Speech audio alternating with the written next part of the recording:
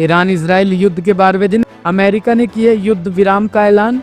Iran ने किया खारिज। तनाव और बढ़ा। ईरान और इजराइल के बीच जारी भीषण युद्ध आज 12वें दिन में प्रवेश कर चुका है। इस दौरान अंतर्राष्ट्रीय स्तर पर शांति की कोशिशें तेज हो गई है। इसी कड़ी में अमेरिका के राष्ट्रपति डोनाल्ड ट्रंप ने एक बड़ा ऐलान करते हुए दोनों देशों के बीच पूर्ण और समग्र युद्ध विराम की घोषणा की। उन्होंने दावा किया कि दोनों पक्षों ने आपसी सहमति से संघर्ष विराम को स्वीकार कर लिया है और ये एक महत्वपूर्ण कूटनीतिक उपलब्धि है। हालांकि ट्रंप के इस बयान के कुछ ही घंटों बाद ईरान ने इस दावे को सिरे से खारिज कर दिया।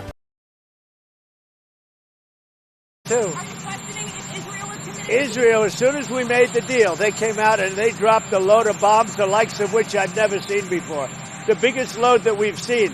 I'm not happy with Israel.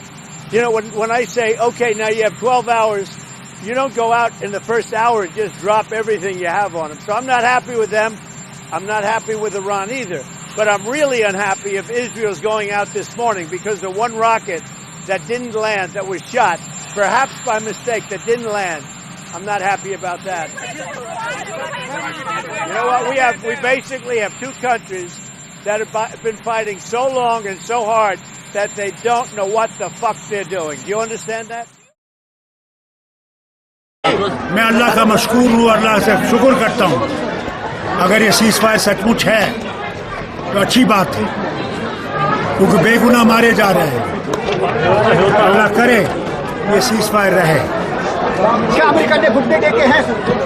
America ने घुटने टेके हैं ईरान के आगे? किसी ने घुटने नहीं टेके, किसी ने घुटने नहीं, ना ईरान ने ना अमेरिका, मगर एक इंसानियत के हिसाब से उन्होंने कहा कि इसको बंद करना जरूरी है, क्योंकि इससे उनकी इकॉनमी को भी असर पड़ेगा, सारी दुनिया की इकॉनमी को पड़ेगा। अगर ईरान इसमें चलता रहा तो हम लोग सब बड़ी मुसीबत से इस दुनिया में पड़ेगी। इस मुसीबत से ये जाना नहीं था।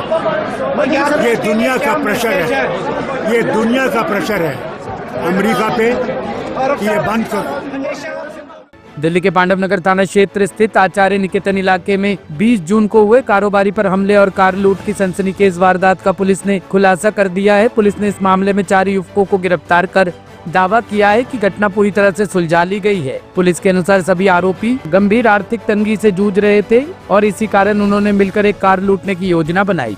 पूछताछ में आरोपियों ने खुलासा किया कि कार लूटने के बाद वह उसे उत्तराखंड के हरिद्वार शहर ले गए और वहां एक पार्किंग स्थल में छिपा दिया। उनकी योजना थी कि मौका मिलते ही कार को किसी अन्य राज्य में बेच दिया जाए और उससे मिलने वाली रकम को आपस में बांट लिया जाए, लेकिन इससे पहले ही पुलिस ने उन्हें दबोच लिया। ये 20 तारीख की घटना है।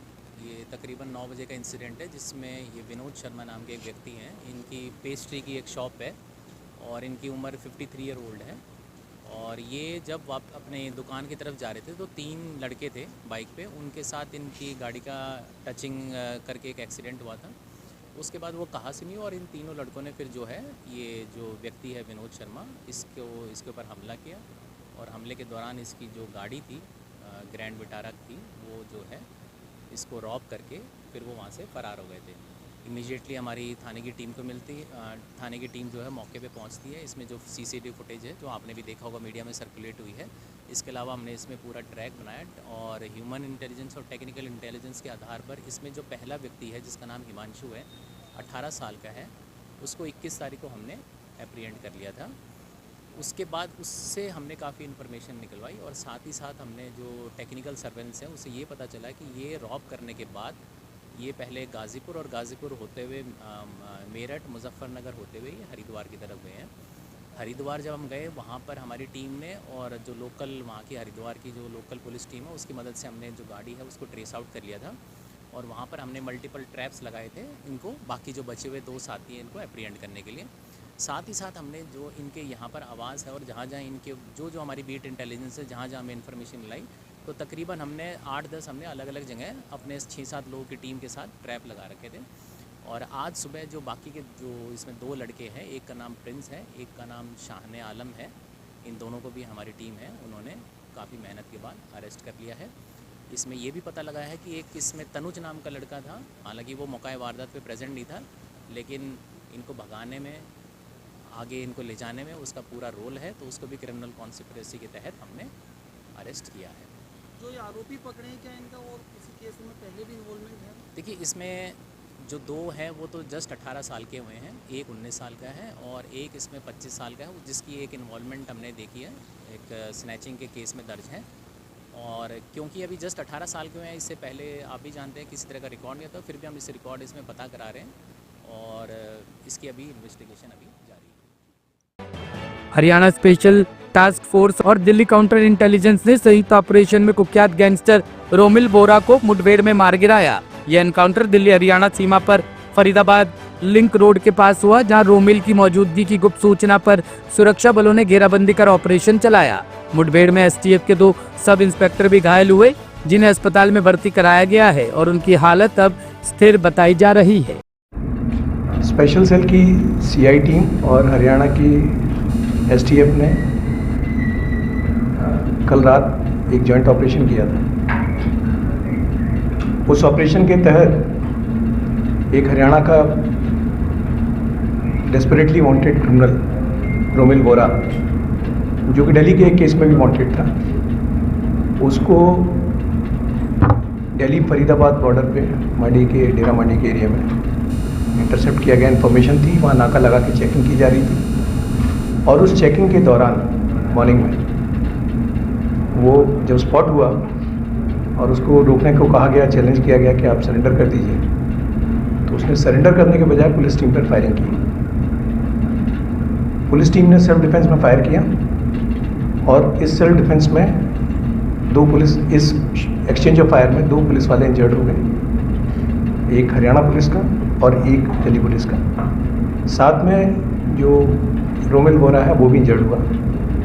इन तीनों इंजर्ड को इमीडिएटली जो गाड़ी हमारी सरकारी गाड़ी थी उसमें डाल के मैक्स साकेत ले जाए गए, जहाँ पे रोमिल बोरा की डेथ हो गई और जो हमारे 2 ऑफिसर्स हैं हरियाणा पुलिस और दिल्ली पुलिस की, वो सेफ हैं।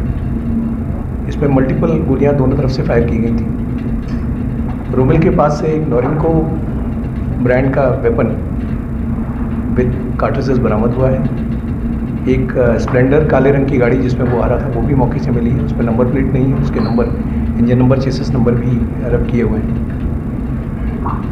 रोमिल का अगर बैकग्राउंड में आपको बताऊं तो लास्ट ईयर 26 दिसंबर